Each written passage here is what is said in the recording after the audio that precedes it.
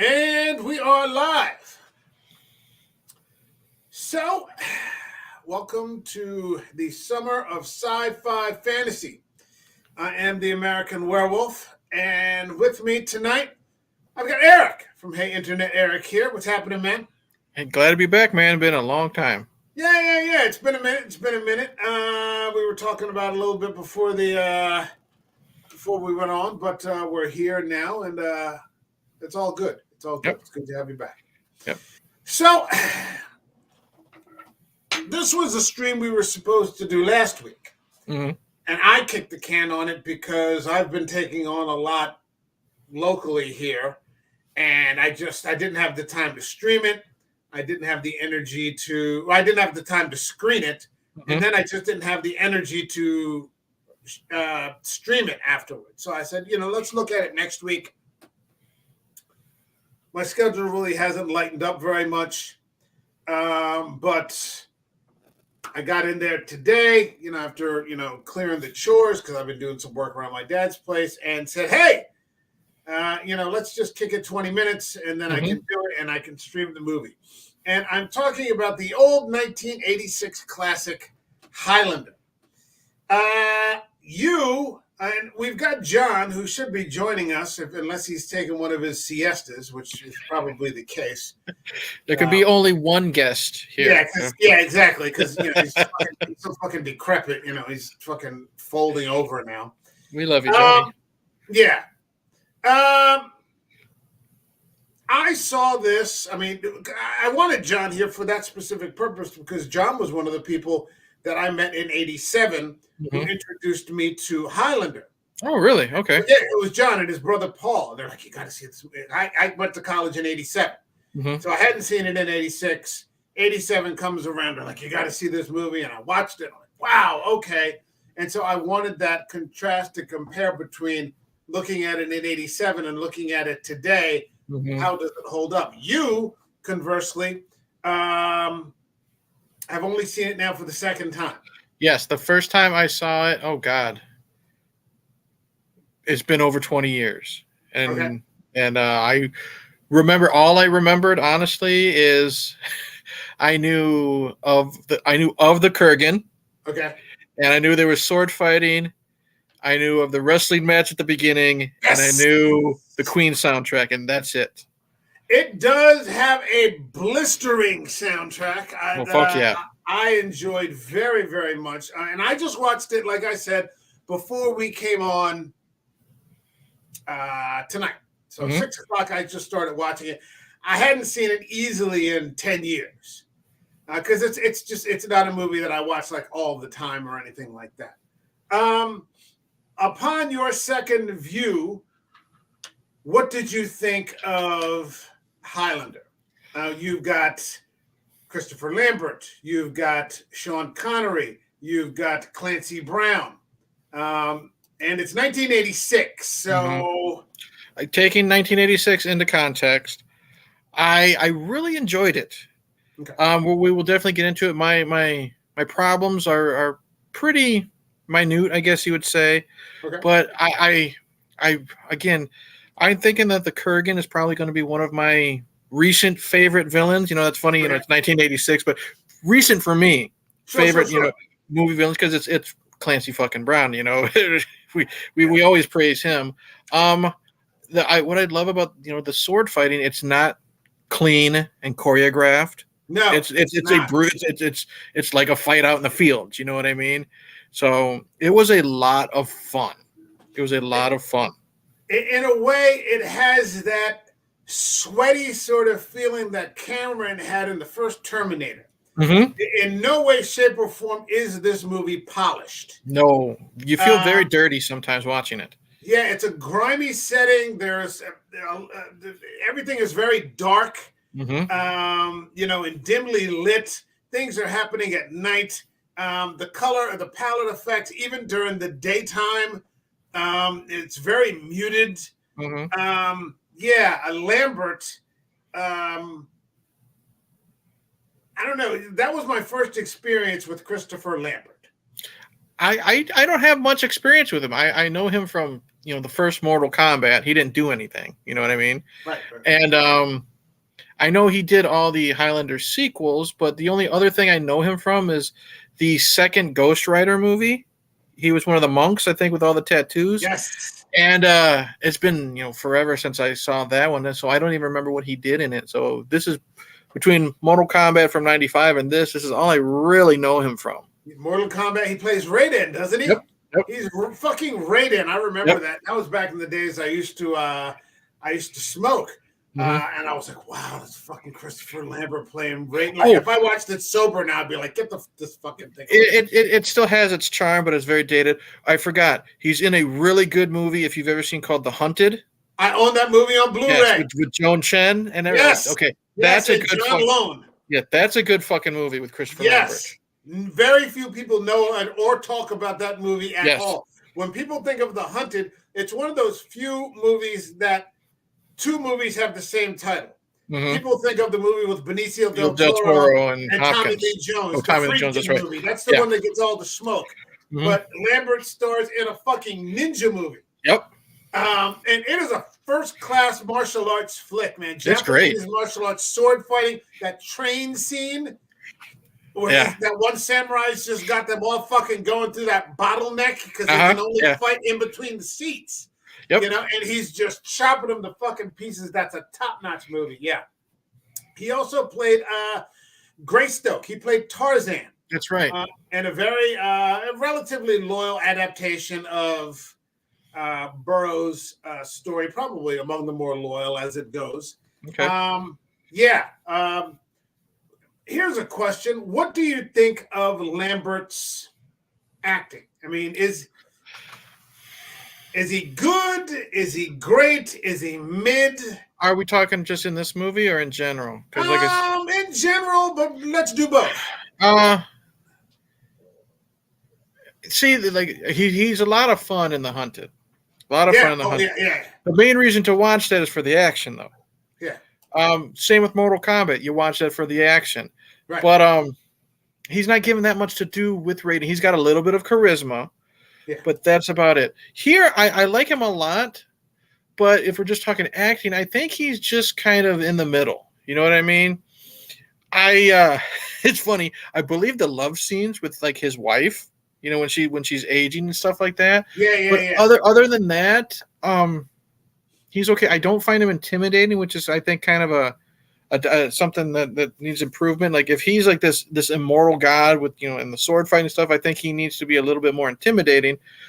Granted, he's going against fucking Clancy Brown, but I think he's about middle of the road, to be honest. I thought there was some authenticity to this in that none of the stars, because they just didn't do that back then, they didn't look like action figures. Right. Like if you got somebody today, they'd be going on a 6-month training regimen. It'd be like Zack Snyder's 300. Where everybody's just jacked to the gills.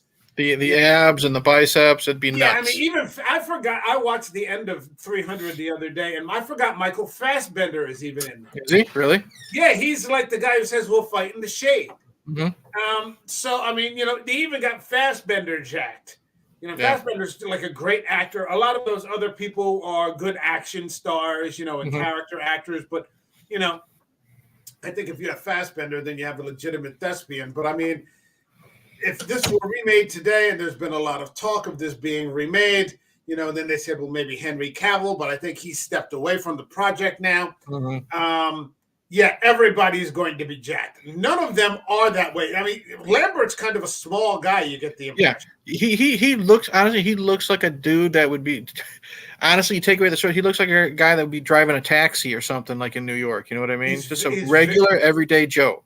Yeah, it's very unassuming, and I almost thought very much in keeping with what people might have been in terms of size 500 years ago. I remember one time going to an armory display at Philadelphia Museum of Art, and I was struck by how small the suits of armor were. Like 5'10" would have been like a stretch for somebody back then.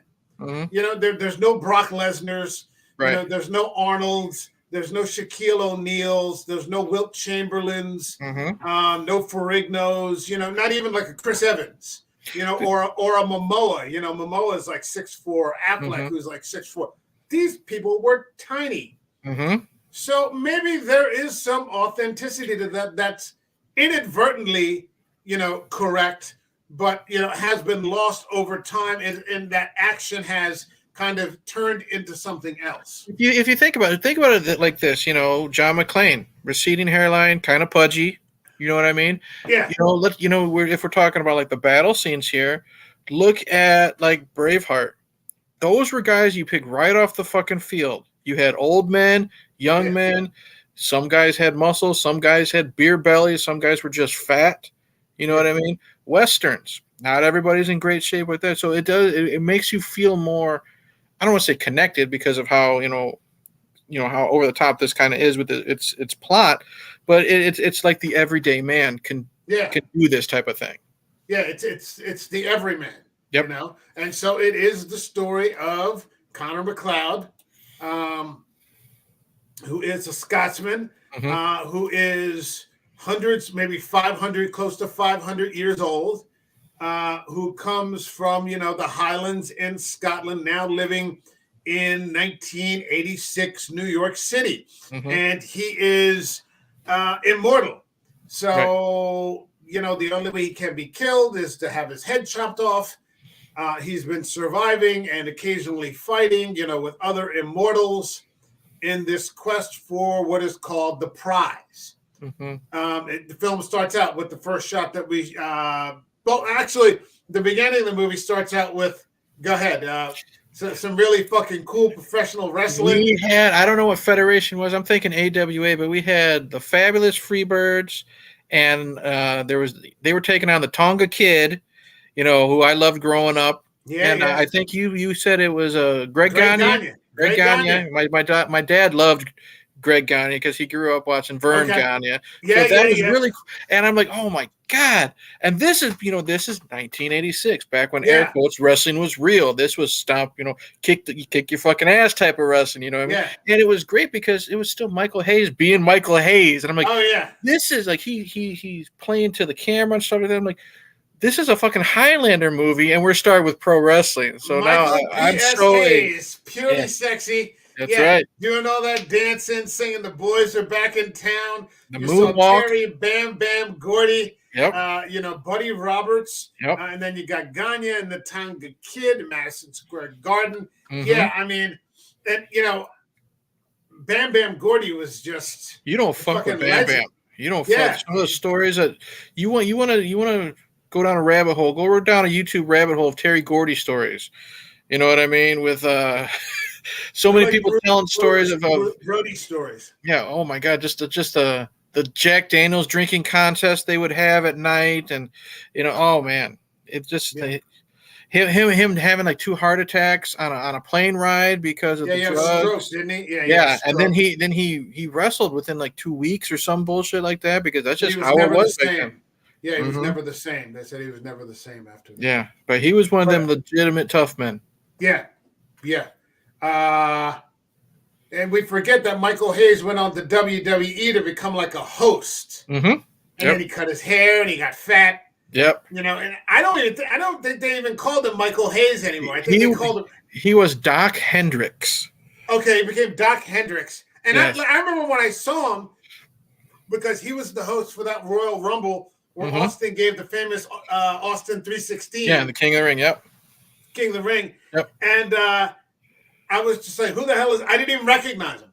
I didn't even recognize him, but I remember growing up back in the day of the UWF, the Cowboy Bill Watts promotion. Yep. And he was just all over that, man. He was just all over that. He was just fucking great. I mean, it leads to another fight in the basement. The fight choreography, like you said, is not great. But that's what I like about it. You know what I mean? Because that's what I like. Because think of it. If you're fighting in the field with a broadsword, you're going to do what you can. It's not going to look pretty. If you've ever been in a real fight, real fights are sloppy. You know what I mean? You're fighting to win. With a broadsword. Yeah. You've never been in a real sword fight. You know this. If you've swung a sword around, you know what I'm talking about. But they're sloppy. You know what I mean? You're fighting to win, not like in a movie to look pretty. So that's what I liked about it. And when Lambert swung his sword, it looked like it was fucking heavy. You know what I mean? So that's what I liked about it. So, I mean, it goes on. You start to meet these different characters. It's flashing back and forth in time. And I don't want to go through the whole timeline because we'll be here for forever.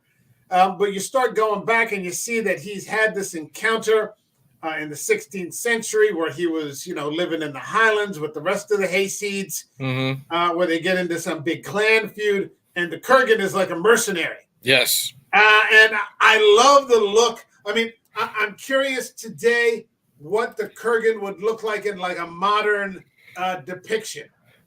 I don't know, man. I love when we first see him. He's got that fucking war helmet on. You know what I mean? Yeah, and it's like a bear skull. Yeah, I was gonna say it's definitely covered in fur, and I thought I saw some fangs on it, like where his forehead is. And what I love about the Kurgan is his look changes. Yeah, pretty much all the time. Like when we see him here, he's already mean as hell looking. But by the end, like look at that. By the end of the movie, when he's got the shaved head, he's got the bobby pins in his neck and stuff. His neck, because he's got where his throat's almost been cut. Yeah. He's almost been decapitated. So yeah, I mean, he's just walking around scaring the shit out of everybody. Oh god. I mean, McLeod, the minute he sees him, he's like, "Oh shit, here we go again." Yep. McLeod is never looking forward to these fights. Because the Kurgan is just a scary motherfucker. But I thought it was interesting at the beginning of the movie how he survives, of course, the strike from the Kurgan, because the Kurgan doesn't get to chop his head off. All of his friends rush the Kurgan to save, McLeod's life. Right. But then within a week or day or two, they turn on him. Yeah, that totally threw me for a loop. They're thinking he's the devil, it's witchcraft, and they're banishing him from the fucking village. Yeah. You know what I mean? I knew when he was like, they wanted to burn him. They wanted to burn him alive. That one guy, Angus, his own cousin, his life. Yeah, saves him, and is just like, get the fuck out of here. It wasn't like even his own wife or his lover was like turned on him. Yeah, I knew he was the hero back then, but I was not expecting right after the battle, A, for him to die, but then come back, and then B, for them to be like, it's witchcraft. He's a devil. Yeah. Yeah. He ends up having to leave because he almost gets burnt at the stake. Like one guy in the village ends up saving his life, pulling everybody off of him.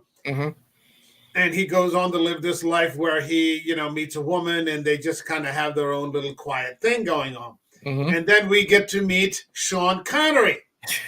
And now Sean Connery is interesting in this, in that I enjoy having him around very, very much. But it's that I think he adds gravitas. He does. Well, that's the thing.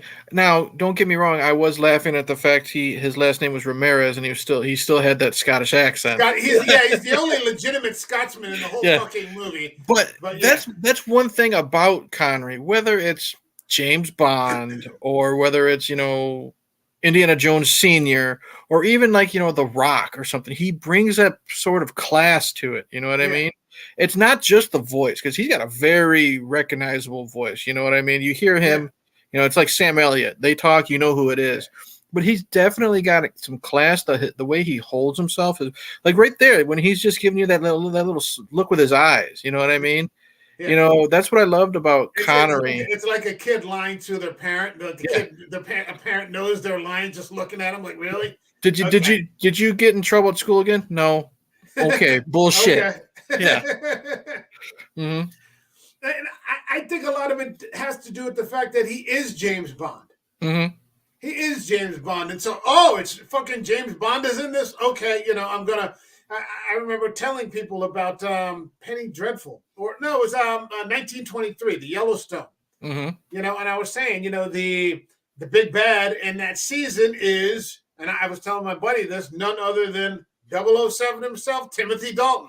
I think the 007 aspect just lends this gravitas to oh shit, Timothy Dalton's in it. Smooth, suave, you know what I mean? It says a certain thing. You've been James Bond, and you're like, oh, okay, yeah, fuck. I'll watch this. You can't just pick some bum off Roger Moore. Yeah. You can't pick some bum off the street to play James Bond. You know what I mean? No, it's like a 10-year commitment at minimum. Right. And you don't pick a bum to play James Bond. So he is McLeod's mentor, teaching him the ropes of what it is to be immortal, giving him some tough love. He also explains that, relationships aren't going to work for him. And, that's kind of a sub thread throughout this whole story.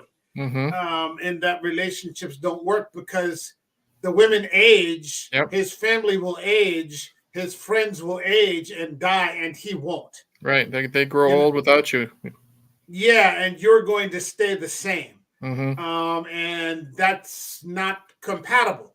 Right. With a human relationship, you grow old together, you become friends and, you grow old together. You become husbands and wives and lovers and grow old together. That's not going to happen for them. And he, repeatedly implores McLeod to, leave this woman that he's with, in a loving way. He's not, he's just like, look, I've been through this, because I think in this movie, Sean Connery is playing someone who's close to 1,000 years old. And he talks about that first Japanese woman that he was in love with. And he's just like, it doesn't work. Yeah. And it will break you when she dies. Yeah, it's the whole I've been there, I don't want you to suffer through it type of thing that we've seen before. Yeah. Yeah. But, you understand why McLeod doesn't do it either. Why he doesn't heed the advice, because, he loves this woman. Right. Who we do see, we see her age and die. I really liked that. Like, I didn't realize there was going to be as much drama to this movie. Yeah. So, I'm going to be honest. I do think they probably could have cut maybe 15 minutes of this movie. I do. There's a director's cut with more. Yeah, Jesus.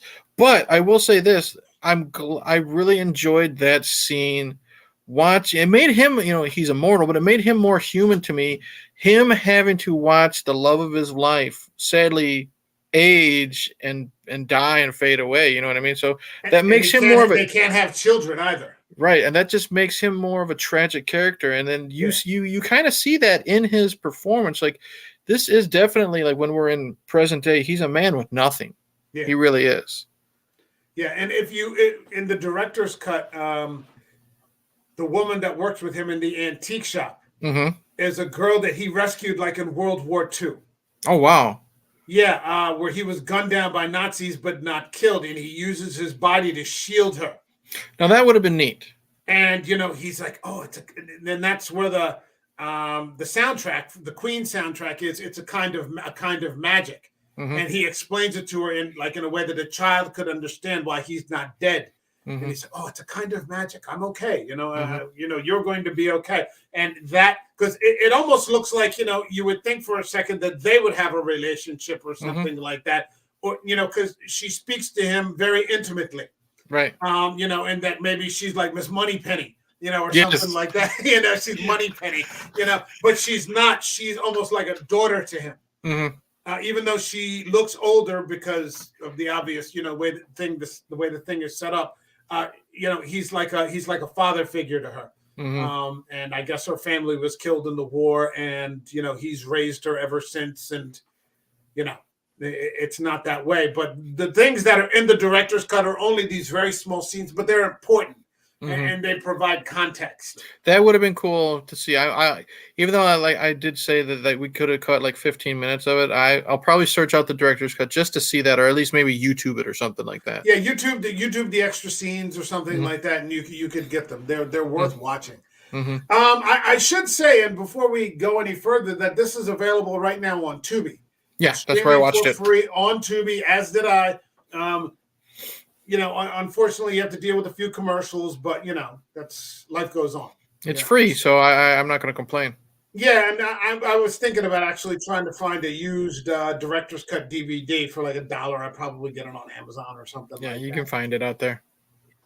So I mean, again, I think this happened in the same year as The Untouchables. I can't remember what year The Untouchables came around.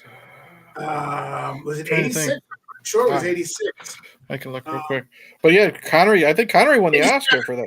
87? Okay. 87, yeah, and he did win the Oscar for that. But in this movie, he actually dies. Mm-hmm. And I had seen Connery die first in The Untouchables, which is just a heartbreaking fucking scene. Yeah. I remember seeing that. I'm like 18. I'm like, what the fuck am I watching? You just killed Sean Connery. Like, Sean Connery just doesn't die. Yeah. And he just dies and there's blood everywhere. And he's, trying to get Kevin Costner to, stay the course, to quote George Bush, and, stick with it. And here, again, he dies because he gets attacked. He becomes friends with McLeod and the woman that she's with. I can't remember her name off the top of my head. And he's talking to her, and they're just laughing and having some drinks. And McLeod's out somewhere. And fucking Kurgan descends on the castle and just, he's like a fucking berserker, man. I mean, he kills Ramirez. Ramirez almost gets him. Yeah, it was close. Yeah, he almost gets him, but the Kurgan's just too strong. And then you find out he rapes the fucking woman. And what was really brutal, like that whole church scene. Oh my God, Clancy Brown knows exactly what the fuck he's in. You know what I mean? Whether he's harassing the old people when he steals the car and drives away with the lady still in the car, or I do love when Connor McLeod, he's in the church, he's praying. We see the candles and this and that, and then suddenly we see someone else's hand in front of the candle, and we hear some praying. But then we see the hand going down on the candles, putting the lights out, and he's harassing the nuns, like flicking his tongue and stuff like that. And then, I love that scene where he's harassing the guy behind the desk at the motel. Oh yeah. And then he kills the hooker, and then after he walks out, how was candy for you? Don't ever talk to me again. Yeah. But when he reveals that he raped the woman, and then he realized, that wasn't Ramirez's wife, that was yours. Yeah. You know what I mean? You see that little fucking smile on his face. You know what I mean? It's like an added bonus. Yeah. Yeah. He's evil, but it's a fun kind of evil to go along with. Mm-hmm. And I think that's an accurate description of this movie. It's just fun. Yeah. It's not taken very seriously. There is some drama. Mm-hmm. Like we said, with the love thread that goes throughout, and that he can't have children. There's no, it's just him, right? And so these sorts of things. I did it. There's a lot of inadvertent. Well, there's a lot of, I don't know if it's inadvertent humor, but there is a lot of humor in here with the police. Mm-hmm. When the one guy gets off the phone, he goes, "You see what I'm up against? His Vietnamese neighbor ate his dog," and he just slams the fucking phone down. He's just so fucking aggravated. Or the cops are being harassed by that hot dog vendor. Hey, what does incompetent mean? Yeah. Or I love after the one cop, he tries to blow Kurgan away, and he gets the sword through the belly. And then when they're dealing with him in the hospital bed, and then he's saying, I'm still gonna get him, type of thing, and then they close the door like he's like off his rocker, off his med, and he gives out the let's go type of thing, and they look at him, they just do like a little mock lifting their hands up, and then they're just waiting for him to not look, just kind of like brush it off, like type of thing. It's really good comic relief. Yeah. It's not. Could it be better? Yes. Yeah. You could have, like you said, tightened this script up quite a bit. I won't talk in terms of deducting minutes, but you could have tightened things up. You could have given it that ultra serious kind of tone, that James Cameron Terminator kind of tone, if you wanted to do that. That's just not what this movie is, though. It fits with the cheese that we got in the 80s. Like, I'm not gonna lie, okay? I was laughing hysterically because of how cheesy it is. When they're fucking running down on the beach, I'm just picturing Rocky and fucking Apollo Creed running down on the beach and hugging in the water. You know what I mean? Except that Sean Connery is too damn old to run very far. Exactly. Yeah. He needs his horse or something like that. Yeah.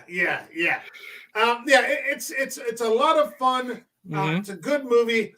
There's some humor, like with the remembrance of the duel, the sword duel that he gets into when he's drunk. Yeah, when he's the aristocrat, even with the wig on and everything. I'm sorry I called your wife a fat pig or something like that. Yeah. And I'm leaving, and I'm done. Yeah. I apologize, and I'm leaving. No problem. And eventually we get to the part where, there is a love interest for him, this sort of forensics person who sort of understands and is, kind of on his tail, trying to get to the bottom of things. Mm-hmm. It's one of the more extreme ways to get laid, where he makes her stab him in the gut. Yeah. And so there's a brief sex scene. It is in keeping with what we got in the 80s. Yes. And of course, in the end, the hero, he beats the Kurgan, takes his head off, wins the prize. The effects, the special effects are not good. No, that's another, like I said, like with the beach scene, I was kind of rolling my eyes when he gets lifted up, and I'm picturing, the ghosts of Christmas past and shit like that, lifting them up. The CGI, it was very, I wouldn't say groan inducing because it wasn't awful, but it was definitely eye rolling. But again, when you think about it, this is 1986. Look at the stuff that's been coming out. It did fit the time period. And if you make it this far in the fucking movie and you don't realize by now it's nothing to be taken serious. Yeah. That says something. This is a movie about a man who was born in the 1400s. We first see him in the 1700s, and now it's 1986. Queen plays like every 20 minutes. You know what I mean? Yeah. What you're getting. Man. I'm not a default Queen fan. I mean, right. Like I don't go out of my way to listen to him. But I remember, I think I texted you guys in the group. I'm like, I'm 2 minutes into this, and they were just fucking rocking it, man. Oh God, like, yeah. Shit. This was a really fucking bumping soundtrack. Oh yeah, Queen had their hits, and this was one of their big hits, And Queen is known for "We Will Rock You," "We Are the Champions," all that stuff, and a lot of people just call it the Highlander song. You know what I mean? Highlander soundtrack, A Kind of Magic. Yeah, yeah, it's good shit. It's good shit. So he wins that in the end. He becomes immortal. He gets with the forensic girl, and that's it. Kind of ends. Yeah.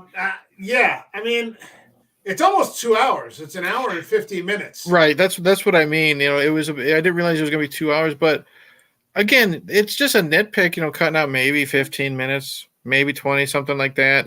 Tying it up a little, but it didn't make me hate the film. Like I was still enjoying most of what I was seeing. You know what I mean? From beginning to end. Again, and just Clancy. Every time Clancy Brown is on screen, I have this big grin on my face because I'm waiting to see what he's going to do. Clancy Brown, I first met him, well, not met him personally, but I mean, I first was familiar with his work in a movie called Bad Boys. And I don't know. Yeah, the prison movie with Sean Penn. Yeah, the Juvie Hall sort of movie where Sean Penn goes to jail for killing. I think he accidentally kills somebody, a young boy. And then later, the boy's older brother, Isai Morales, goes to the same jail that he's in. Isai Morales is the big bad in the new Mission Impossible movie. Oh, really? Yeah, it's Isai Morales. Isai Morales is the big bad. And Clancy Brown is one of the two entrenched sort of bullies in the Juvie Hall, and I remember him from that. So that was the early 80s. Did not recognize him at all, maybe 5 years later here in this movie. But just a treat to fucking watch, and has been a treat and everything since then. The last thing I've seen him in, he's in the John Wick 4. Okay. And it's fantastic to watch him in that. I mean, we've talked about him in Starship Troopers, you just disable a man's hand, he can't shoot you. Medic, that type of stuff. But he's always great. Decades of great character work. Shawshank Redemption. Sure. He's great. Have you seen Carnival yet? Did we talk about this? Oh, Carnival is one of my favorite shows, and I'm so pissed that it was canceled after season 2. Yeah. When he was, but luckily, another season of Sex and the City. Yeah, right. Thanks a lot. We've got that to look forward to. Yeah. But when he that was a weird show where I've never seen anything like that before. I think he was Brother Jacob is what he was called. Brother Justin. But the cast was amazing. Nick Stahl, who I'm a huge fan of. Amy Madigan. So many good characters in that. Yeah. It was so disappointing when that got canceled because the way it ended, you know what I mean? Yeah. And the you go on it's on the IMDb. The creator it's like 4 or 5 paragraphs. He says how it would have ended, type of thing. Oh, does he really? He does, but it was such a disappointment that was canceled because it was so fucking good. You know, Adrienne Barbeau as the snake lady. Right. Yeah. She was great. Mm-hmm. She was great. That was a great show. He's been great in pretty much everything. Mm-hmm. It's not a bad cast. It's not a bad film. It's not Lawrence of Arabia. Right. But it's a fun movie to watch. And if you haven't seen it, now's as good a time as any. Yeah, because I remember I knew of Highlander. My buddy Derek, he's a huge fan of that because he was also a Queen fan. But he was also big into the TV show. I have another buddy who was into the Duncan MacLeod, and that's how I knew of it because it was, that's where I knew that, Queen was involved. And I guess there's like 4 movies. I know the second one. I think there's 3. I know there's 4 because the second one, Sean Connery comes back and then you find out they're fucking aliens or some bullshit. Yeah. And then I know part 3, Mario Van Peebles is the bad guy. He's like the devil. Yeah. He's like the devil. And then part 4 is it's the Connor one where and Duncan. has, yeah. It's and a crossover movie. Edge from WWE plays a barbarian in that. Oh Jesus. I know. So, but I'm interested. My buddy told me to skip part 2. He says only watch it if you have beer handy because it makes no fucking sense. But he says the other 2, like 3 and 4, they're decent. I saw 3 a long time ago. It was okay. Yeah, it was okay, as I remember. Mm-hmm. All right. So, is there anything about this movie that we did not discuss that you would like to bring up? Not really. I didn't know how I was going to feel about this movie because this is one of those movies that pretty much has been hyped to the moon for me. You know what I mean? And lots of times, if you see those type of movies for basically the first time, you know what I mean? After 20, 30 years of hype, I didn't know if it was going to be overhyped for me. I had a lot of fun. You know what I mean? I had a lot of fun.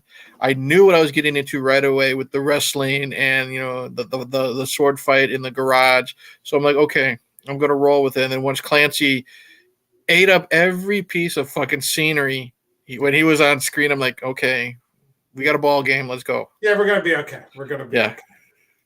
All right. So let's get to the part in the stream where we rate the movie. This this channel has a rating system that goes from 0 to 5 up by halves. So 0, 0.5, 1, 1.5, all the way to 5. So 0, for example, would be I'd rather live with an eyelash in my eye for the rest of my life than watch this movie again. All the way to 5, which is like this is the destination. This is cinema. This is why I talk about movies in the first place. How would you rate 1986's Highlander? Okay, I'm going to be honest. I'm going to give it a 3.5. You know what I mean?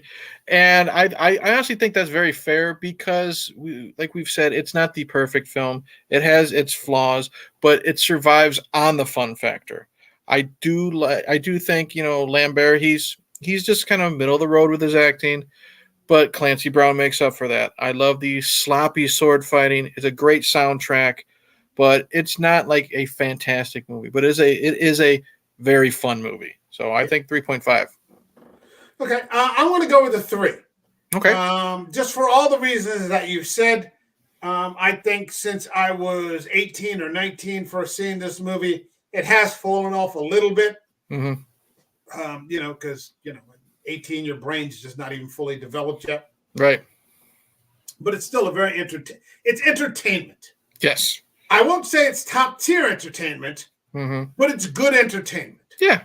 It's good entertainment for that particular time. You have to consider what 1986 was in terms of what filmmaking was. Sure, that was the year they brought out Aliens, but this isn't that. Right. This is not that. This is something perfect. Like if this was on TV on like a Sunday afternoon and like I'm folding laundry or something, I'm going to sit down and watch it. Yeah, exactly. On the couch. And everyone has that type of movie in their collection that they love to watch. Yeah, absolutely.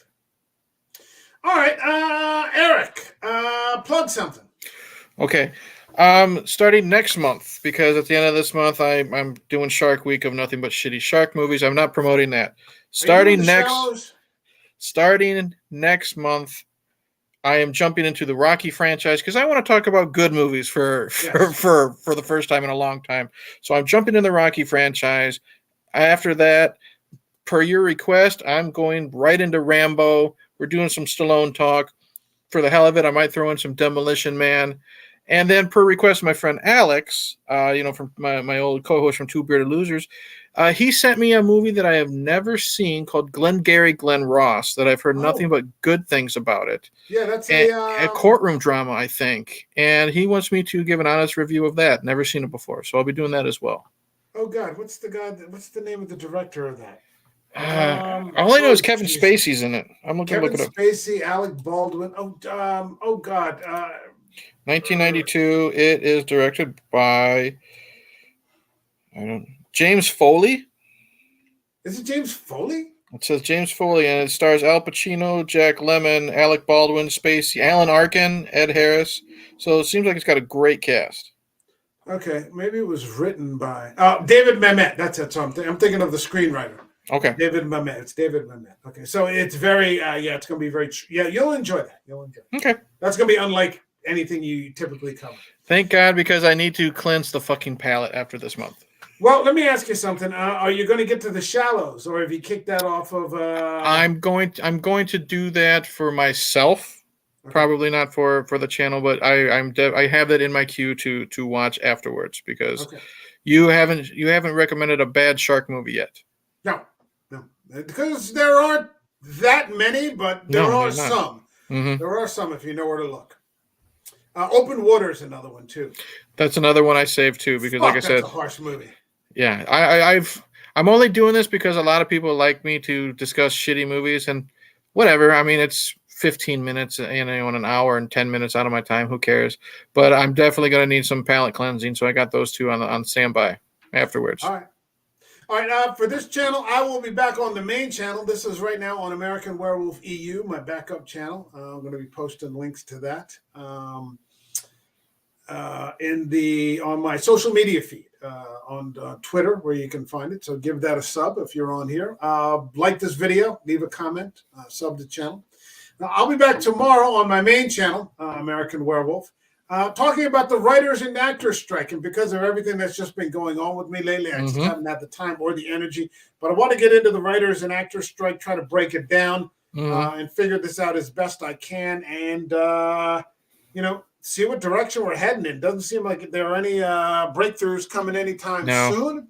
I heard that, possibly at this point now, there's, I think, as much as a $3 billion loss right now. Lots of projects that, perhaps we were looking forward to have frozen. Yep. Who knows what's going to be revitalized when this, gets moving again, who's going to be standing, so on and so forth. Yeah, it's we were talking offline. It's very interesting. I'll leave it for you and your stream, but like what certain celebrities have said and the way that they have said them, you know what I mean? And I don't know, one person in particular, I don't think that's going to help their cause the way he said it, but it's going to be interesting. I don't think this is going to budge anytime soon because I see more and more actors like joining the picket line. I saw Kevin Bacon recently. Actors are joining the picket line, and the studios seem to just be holding. They're not budging. I don't see this ending anytime soon. No, with this thing with AI, and using people's likenesses, I'm sure they probably want to get into that very badly. Yeah, and one thing I noticed was one of the actresses they just posted it on, I think it was Instagram. One of the actresses from Orange Is the New Black. I don't know if you ever watched that show. She was the Asian actress. She posted a lot of the things that they're complaining about is the fact that they don't get residuals from streaming, or the residuals is basically nothing. This actress was probably in over 7 seasons, maybe 20, 25 episodes, maybe more. And she was, doing her video of all the titles that she was in. And it had to have been at least 20, 25. And then boom, $25 residual check for all that work. Well, that's the whole problem. The stream. Well, let's not get into it. Right. I was just using it as an example. Yeah. All right, so my thanks to Eric for stopping in to talk another one. Hopefully, we'll be back again next week with the next film. We'll see what that is. I'm pushing for Back to the Future, but we'll see what Rod's availability is, and if not, then we'll just pick another one off the list. Hopefully, nothing Stephen King. Huh? Said hopefully with Rod, nothing Stephen King. No, not for sci-fi fans. Not for sci-fi fans. Yeah, because there's always the lawnmower, man. You don't want to chance that with Rod. And good night. Cheers.